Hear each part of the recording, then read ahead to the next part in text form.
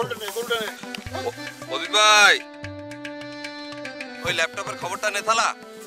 হ্যাঁ নিছিলাম, অনেক দাম। তুমি খালি দামের কথা কও কেন? আরে দূরও দাম না, এই ল্যাপটপ চলে ব্যাটারি দিয়ে।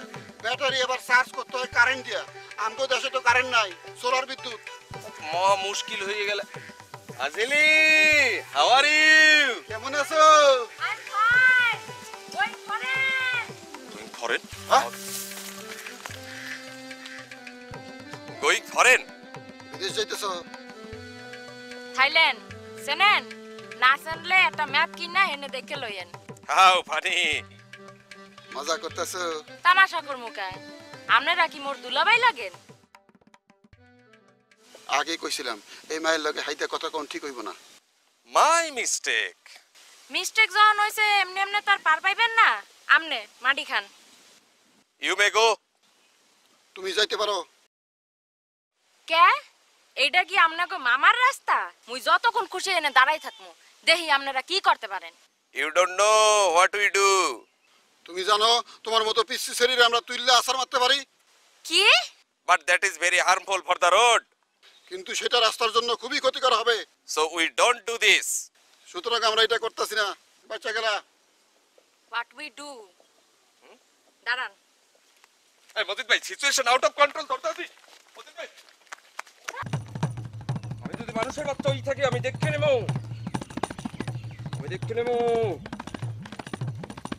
মজিদ ভাই, এত মান্না নেওয়া যায় না। ওরা মগো মোহের উপর ফু দিয়ে যাবে আর মোরা কি চাইছেই দেখবো।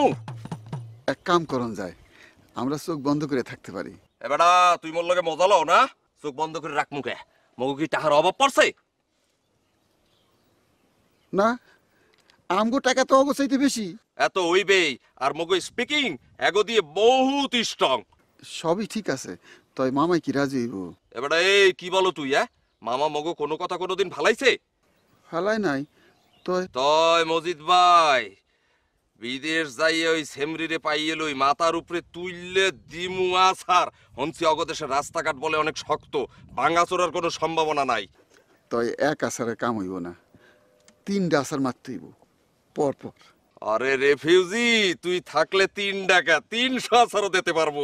তুই বেটা খালি মোর লগে থাকবি। আরে জিলি দেখছিলাম তোরে বিদেশের মাটিতে।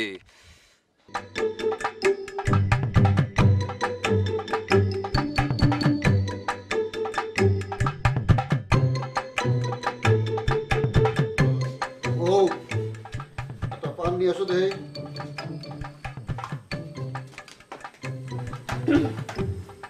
দিতে আসি, তার আগে মোর একখান কথা ছিল। এই যে বিদেশে মই কি পিন্ধা যাম?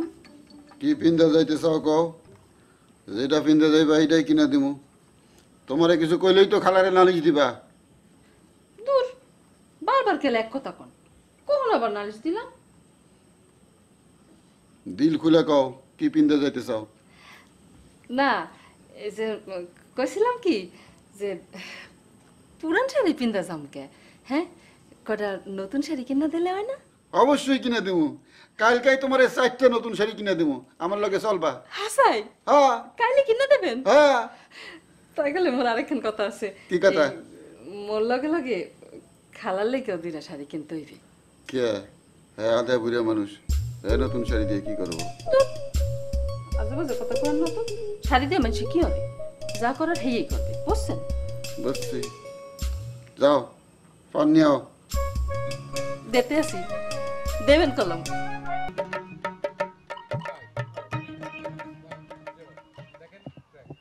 এটা হলো ওয়াকিং স্ট্রিট।